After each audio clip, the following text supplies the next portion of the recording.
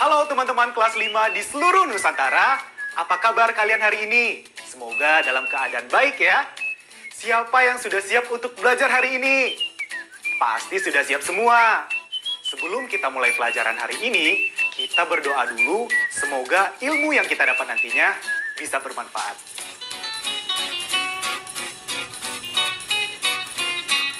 Kita mulai yuk. Pertama-tama, kita baca dulu cerita berikut ini. Ayo membaca. Itam dan Up, ditulis oleh Yovita Siswati, diilustrasikan oleh Evi Selvia. Bab 1. Gelombang besar. Itam dan Michelle sedang asik bermain gangsing ketika mendengar nyanyian yang sudah sangat mereka kenal.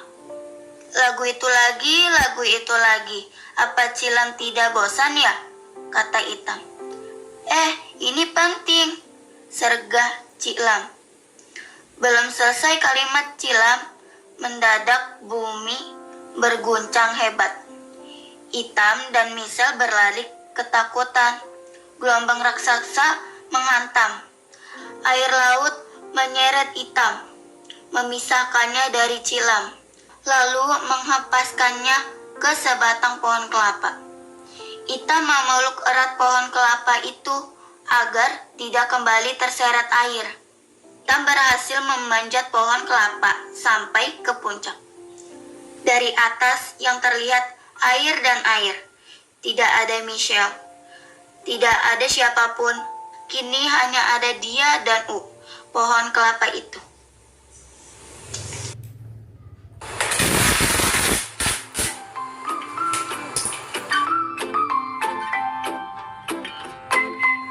Bayangkan teman-teman, ada gelombang besar yang menghantam Itam.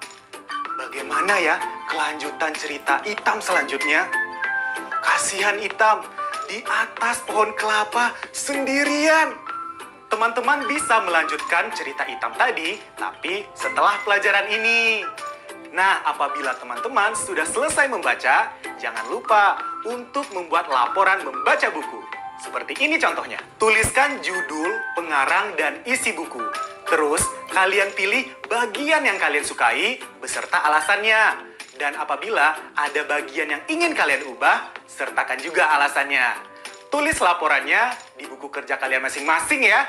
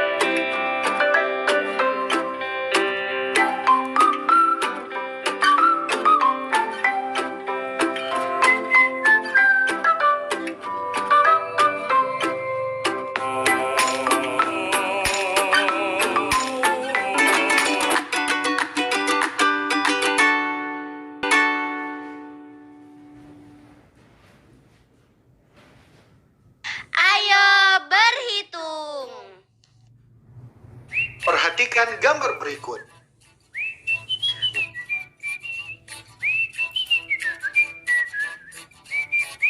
Berapa lama waktu yang diperlukan untuk mengunduh file tersebut? Kalian pasti sudah mengerti cara menghitungnya dong.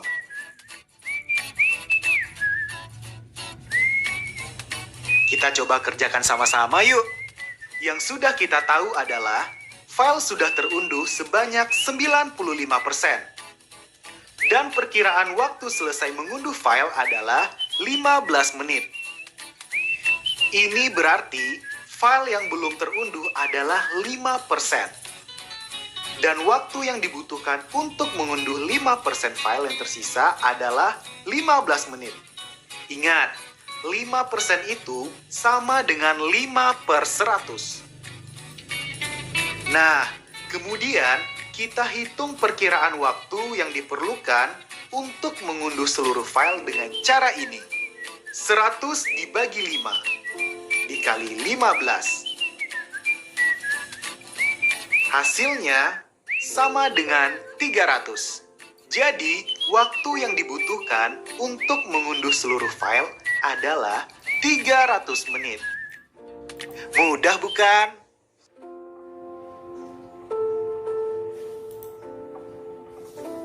Rio, tolong selimutnya dimasukkan ke sini, Nak.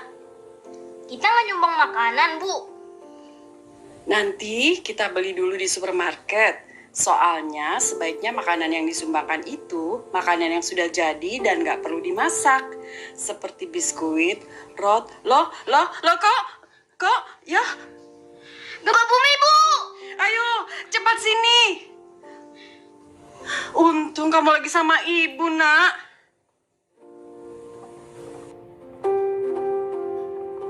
Ayo menyimak. Teman-teman, apakah kalian pernah merasakan gempa?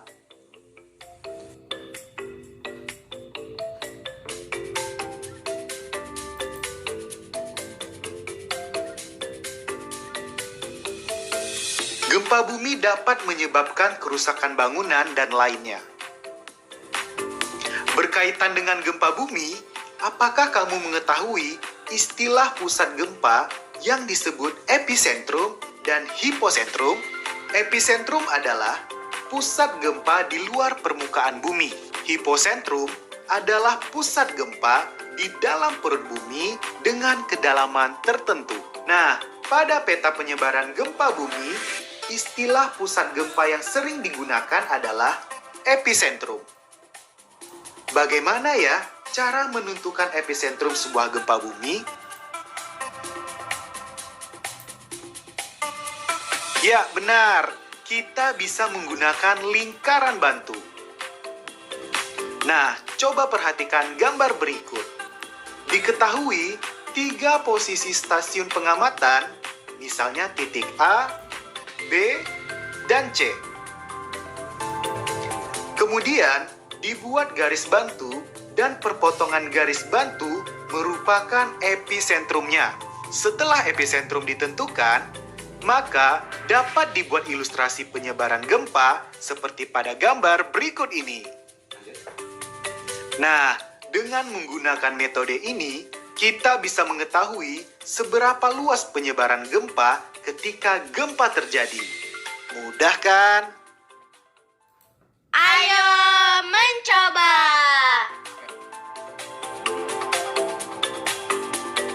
Apakah kamu tahu mitigasi bencana? Mitigasi bencana adalah serangkaian upaya untuk mengurangi resiko bencana. Alternatif yang dapat dilakukan sebagai mitigasi bencana, khususnya untuk mengurangi resiko tsunami, adalah penghijauan kembali area pantai dengan menanam mangrove. Hutan mangrove dapat mengurangi resiko tsunami di area pantai. Nah, sekarang coba perhatikan gambar berikut ini. Berdasarkan gambar ini, terlihat ada area pantai yang akan digunakan menjadi area penghijauan. Nah, Jika luas area pantai ujung barat seluruhnya adalah 8.500 meter persegi, tentukan berapa luas area yang digunakan untuk penghijauan.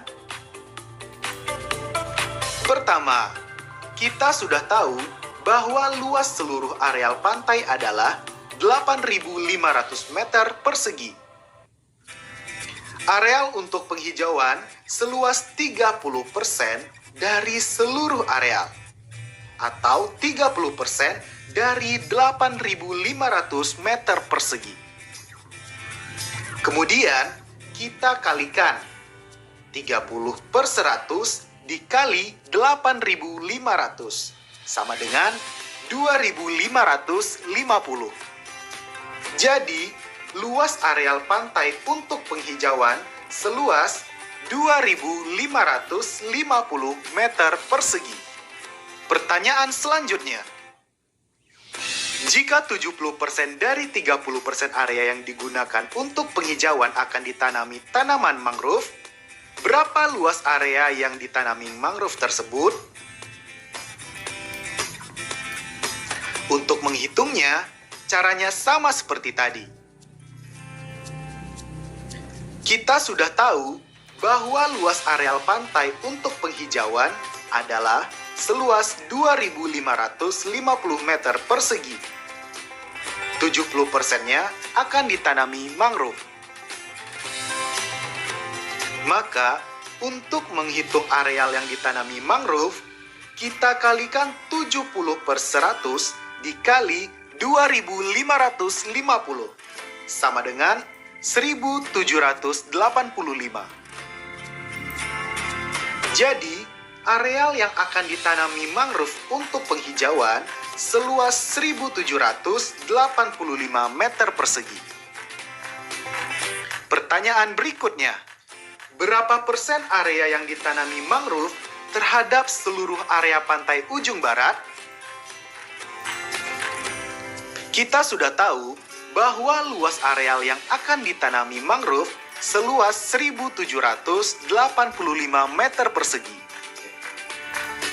Luas seluruh areal pantai ujung barat adalah 8.500 meter persegi.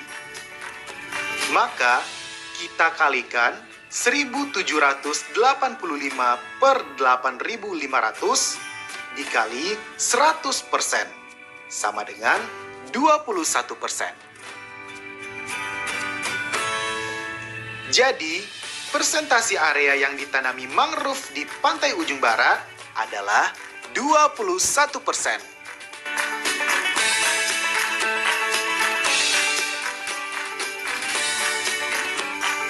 Nah, teman-teman, pasti teman-teman udah pada jago menghitung persentase. Tapi, teman-teman harus tetap latihan ya, supaya makin jago lagi. Oh iya, sebelum Kak Angga pergi, kita latihan sama-sama dulu ya.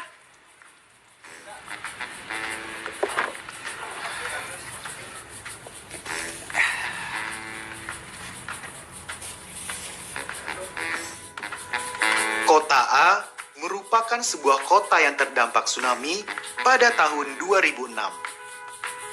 Diketahui 23% penduduknya menjadi korban tsunami. Jika penduduk kota tersebut adalah 1,5 juta jiwa, berapakah perkiraan orang yang menjadi korban tsunami di kota tersebut?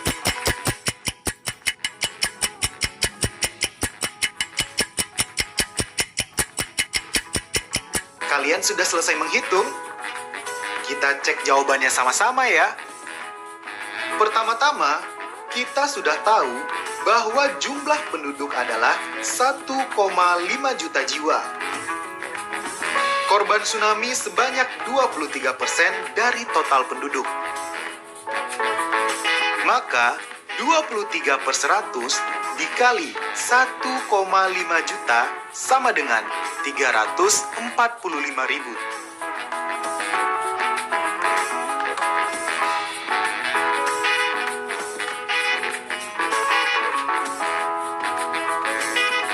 Jadi, korban tsunami di kota A sebanyak 345.000 jiwa. Pertanyaan kedua, bantuan yang sudah berhasil didistribusikan kepada korban bencana alam sudah mencapai 65% pada 5 hari pertama. Pada hari ke-6, sudah berhasil mendistribusikan 1/4 bagian dari sisa yang belum terdistribusi. Berapa persentase bantuan yang telah berhasil didistribusikan sampai hari ke-6?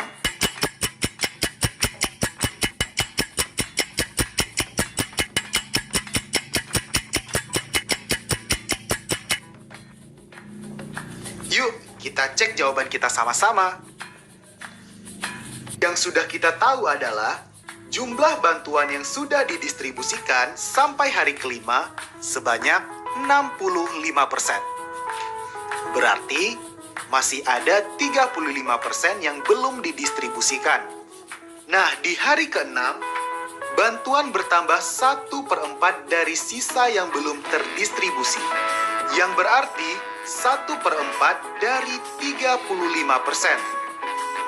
Kita harus cari tahu terlebih dahulu berapa persenkah itu terhadap total seluruh bantuan. Caranya seperti berikut. 1/4 dikali 35% sama dengan 1/4 dikali 35/100 sama dengan 35/400. Karena kita mau mencari persentase, maka kita ubah pecahan menjadi per 100.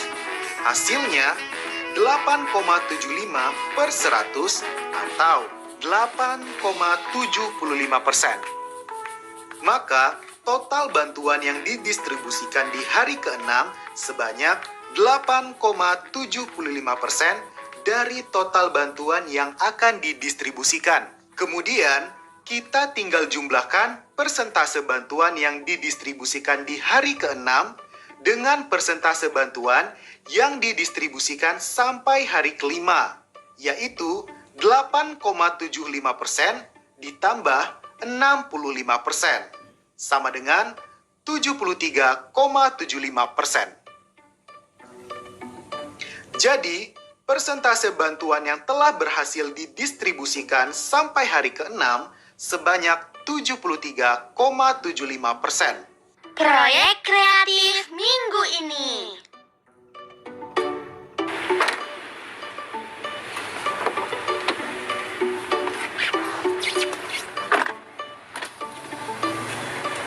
Nah, masih semangat kan teman-teman? Masih dong ya. Oh iya, bagaimana dengan proyek mingguan kita?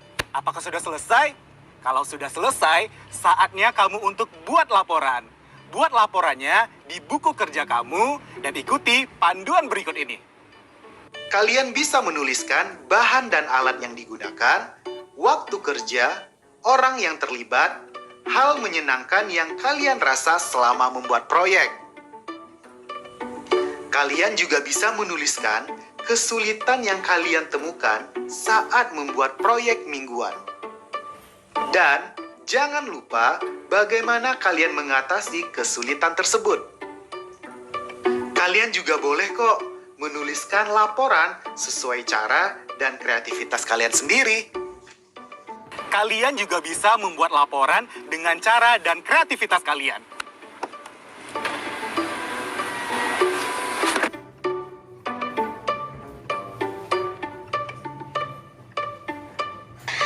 Refleksi. Sekarang waktunya mengingat lagi pelajaran hari ini. Teman-teman masih ingat cerita tentang Itam dan U tadi? Lalu ingatkan bagaimana cara membuat laporan setelah membaca buku?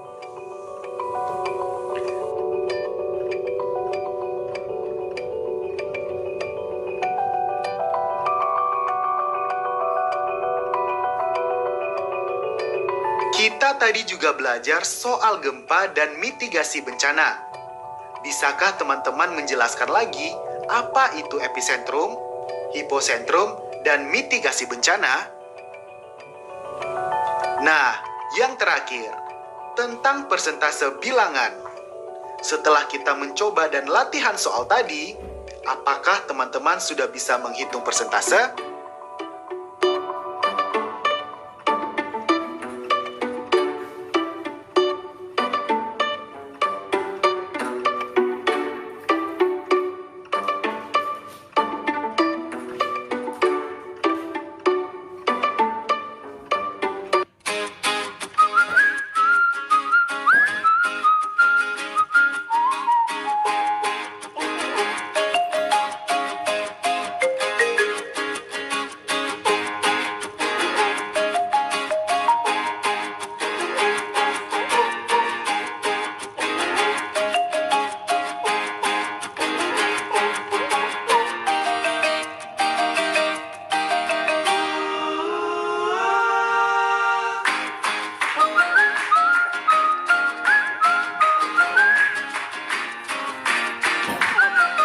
Selesai sudah pelajaran kita hari ini ya teman-teman.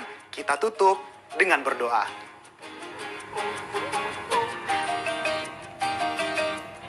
Semoga ilmu yang kita dapat bisa bermanfaat bukan hanya untuk kita, tapi juga untuk sesama. Sampai jumpa!